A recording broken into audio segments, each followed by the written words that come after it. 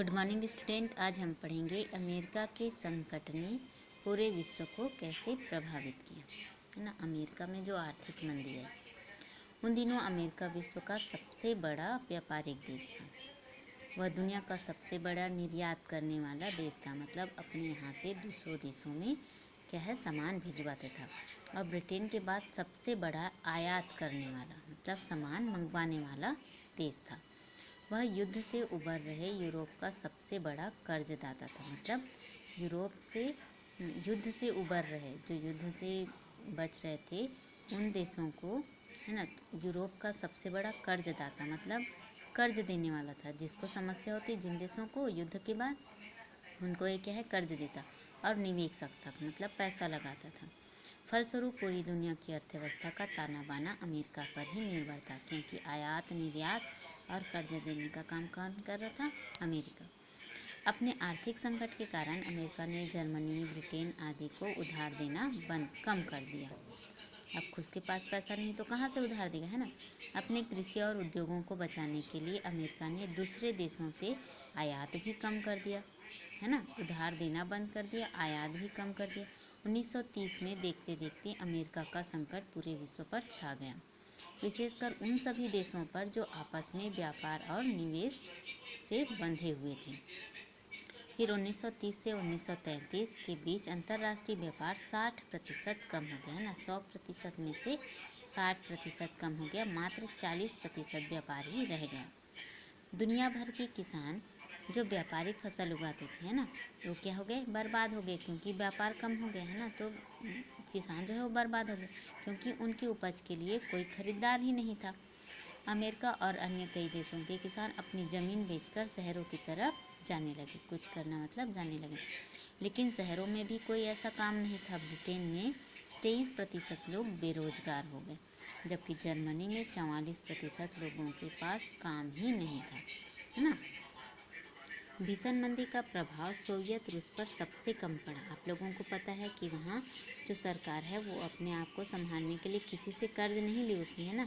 खुद के किसानों से क्या है, किसानों के उत्पादन में कर बढ़ा दिया और जो बचत था, है ना, उस पैसा को लगाकर अपने आप को सक्षम बना। देखिए, उसी समय प्रथम पंचवर्षीय योजना के तहत तेजी से औद्योगिक विकास हो रहा था।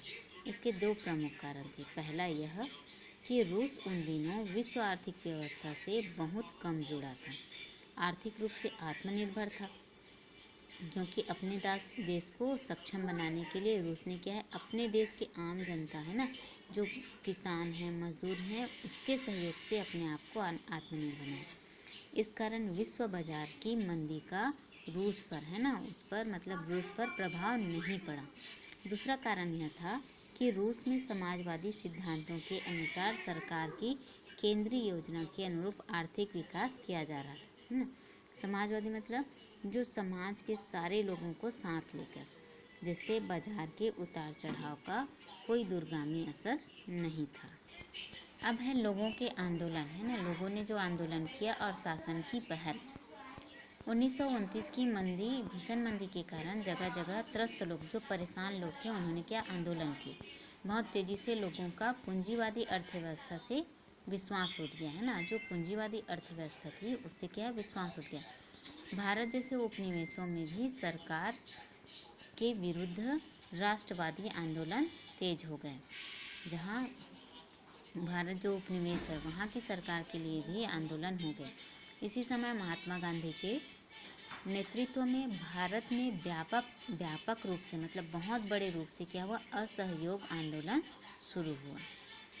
ऐसे आंदोलनों के दबाव के कारण सरकारों व अर्थशास्त्रियों ने पुराने सिद्धांतों की जगह नए सिद्धांत विकसित किए।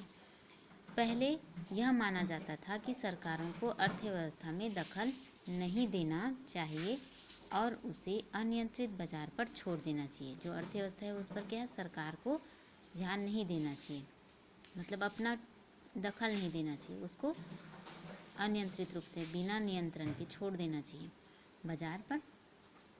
अब सभी यह स्वीकार करने लगे कि सरकारों को हस्तक्षेप करना चाहिए और देश में उद्योग और कृषि के हितों की रक्षा में विदेशों से आयात को नियंत्रित करना चाहिए।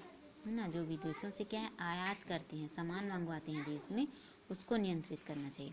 और ज़रूरत पड़ने पर किसानों को अनुदान और मजदूरों को रोजगार की व्यवस्था करनी चाहिए, है ना। भारत का यही मानना था। जॉन किन्स नामक प्रसिद्ध अर्थशास्त्री ने कहा कि मंदी के दौर से राज्य को लोक कल्याणकारी योजनाओं पर खर्च करना चाहिए ना।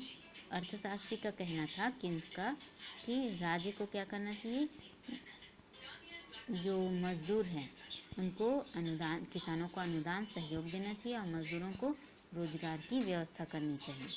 और उनको क्या करना चाहिए, राज्य को क्या करना चाहिए, लोक कल्याणकारी कार्य, मतलब जनता के कल्याण के लिए योजनाएं बनानी चाहिए। सबके लिए रोजगार की व्यवस्था करनी चाहिए। इससे लोगों की बाजार में चीज़ खरीदने की क्षमता बढ़ेगी, है ना। लोगों के पास जब पैसा नहीं रहेगा तो वो बाजार से सामान कहाँ खरीदेंगे। इसलिए उसका मानना था कि लोगों को रोजगार उपलब्ध कराए जिससे उनके खरीदने की, है ना, क्षमता बढ़ेगी। अब खरीदने की क्षमता बढ़ेगी तो वस्तुओं की मांग फिर बढ़ेगी तो इनकम होगा। इस प्रकार राज्य सरकार द्वारा उत्पन्न मांग से आर्थिक स्थिति को सुधारने का अवसर प्राप्त होगा। फ्रैंकलिन रूजवेल्ट 1933 में अमेरिका का नया राष्ट्रपति बने, है ना। 1933 में रूजवेल्ट जो है अमेरिका के राष्ट्रपति बने। उसने न्यू डील की घोषणा की, है ना, न्यू डील की घोषणा की जिसमें आर्थिक मंदी से ग्रसित लोगों को राहत, वित्तीय संस्थाओं में सुधार तथा शासकीय निर्माण कार्य द्वारा आर्थिक स्थिति को सुधारने का वचन दिया गया। जो रूजवेल्ट है उन्होंने क्या किया, वित्तीय संस्थाओं को सुधार तथा शासकीय निर्माण कार्य द्वारा आर्थिक स्थिति, है ना, सरकारी काम करके क्या है आर्थिक स्थिति को सुधारने का वचन दिया। इसका वास्तविक असर द्वितीय विश्व युद्ध प्रारंभ होने के साथ 1939 के बाद आया, जब सरकार पर युद्ध के हथियार बनाने तथा सेना की जिम्मेदारी आई, है ना। इससे कारखानों के उत्पादन बढ़ा और कृषि सामग्री जो सामान है उसकी मांग बढ़ गई। इस दौरान अमेरिका में सामाजिक सुरक्षा योजना लागू की गई, है ना। अमेरिका में क्या है, सामाजिक सुरक्षा योजना, जो समाज में लोग रहने वाले हैं उसकी सुरक्षा योजना, कुछ कुछ योजनाएं बनाई गई जिसके अंतर्गत क्या किया गया देखते हैं। सेवानिवृत्त वृद्धों जो नौकरी करते हैं ना उसके बाद वे वृद्ध हो जाते हैं, उनके लिए एक पेंशन योजना बनाई गई।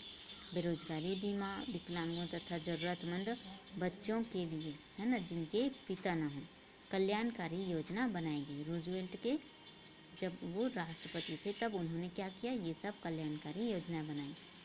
असल में मंदी के दौर में से पहले ही जर्मनी और ब्रिटेन ने इस दिशा में कदम उठाया था। अमेरिका के ऐसा कल्याणकारी कदम उठाने से पहले जर्मनी ने और ब्रिटेन ने अपने देश में ये काम कर लिया था। दूसरे विश्व युद्ध के बाद अमेरिका ने दूसरी सामाजिक सुरक्षा योजना, जैसे बीमार लोगों के लिए स्वास्थ्य सुविधा, शिशु मतलब छोटे बच्चे होते हैं उनकी सुरक्षा संबंधी योजनाएं बनाई। यह एक कल्याणकारी राज्य की अवधारणा पर आधारित है ना, जो क्या है कल्याण, देश की अपने राज्य की कल्याण करते हैं ऐसे अवधारणा पर आधारित थी, जिसमें राज्य सभी नागरिकों को एक अच्छे जीवन का आश्वासन देती है, विश्वास दिलाती है। उनकी सभी मौलिक आवश्यकताएं, मौलिक मतलब मूल आवश्यकताएं, वो क्या है, अन्न, आवास, स्वास्थ्य, बच्चों और वृद्धों की देखभाल तथा शिक्षा का ख्याल रखें। है ना, देश में क्या है सभी को शिक्षा मिल सके, सभी को स्वास्थ्य सुविधा मिल सके, है ना। राज्य ने योग्य नागरिकों को रोजगार दिलाया, जो रोजगार करने लायक थे उनको रोजगार दिलाने का भार अपने ऊपर लिया। इस प्रकार राज्य ने पूंजीवादी बाजार में हो रहे उतार चढ़ाव के प्रभाव को कम करने का प्रयत्न किया।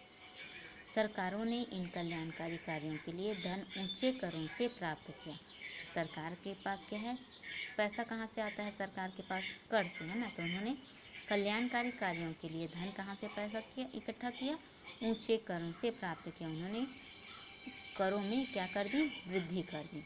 द्वितीय विश्व युद्ध के बाद बहुत सी सरकारों ने इस नीति को अपनाया, है ना। जो कल्याणकारी, जो कर को बढ़ाना है और कल्याणकारी योजनाएं हैं, मौलिक आवश्यकताएं है ना लोगों को देनी है, इन सब सिस्टम को बहुत सी सरकारों ने अपनाए। वास्तव में भीषण मंदी 1939 में समाप्त हुई, जब दूसरा विश्व युद्ध प्रारंभ हुआ, है ना। आप लोगों को पता है कि दूसरा विश्व युद्ध 1939 में स्टार्ट हो गया। सभी देश की सरकारों ने युद्ध सामग्री की मांग की और उसके लिए पूंजी की व्यवस्था भी की। इन उद्योगों में बहुत लोगों को रोजगार मिला। जो नए नए उद्योग स्थापित किए गए, वहाँ लोगों को रोजगार मिला। साथ ही लाखों की सेना में भर्ती भी किया गया। अब युद्ध होना है तो सेना की आवश्यकता है, इसलिए लाखों लोगों को रोजगार मिल गया। किस रूप में? सेना में जब उनको भर्ती किया गया तो उनको रोजगार मिल गया एक तरह से। इस प्रकार ये देश जो है वो मंदी के असर से उबर गए। सबसे पहले उन्होंने क्या किया? मौलिक आवश्यकताएं, कल्याणकारी कार्य, और है ना, कल्याणकारी कार्य मेन था, जिससे क्या है वो क्या है, मंदी के दौर से उबर गए। ये पाठ आप लोगों का समाप्त होता है। आज के लिए इतना ही।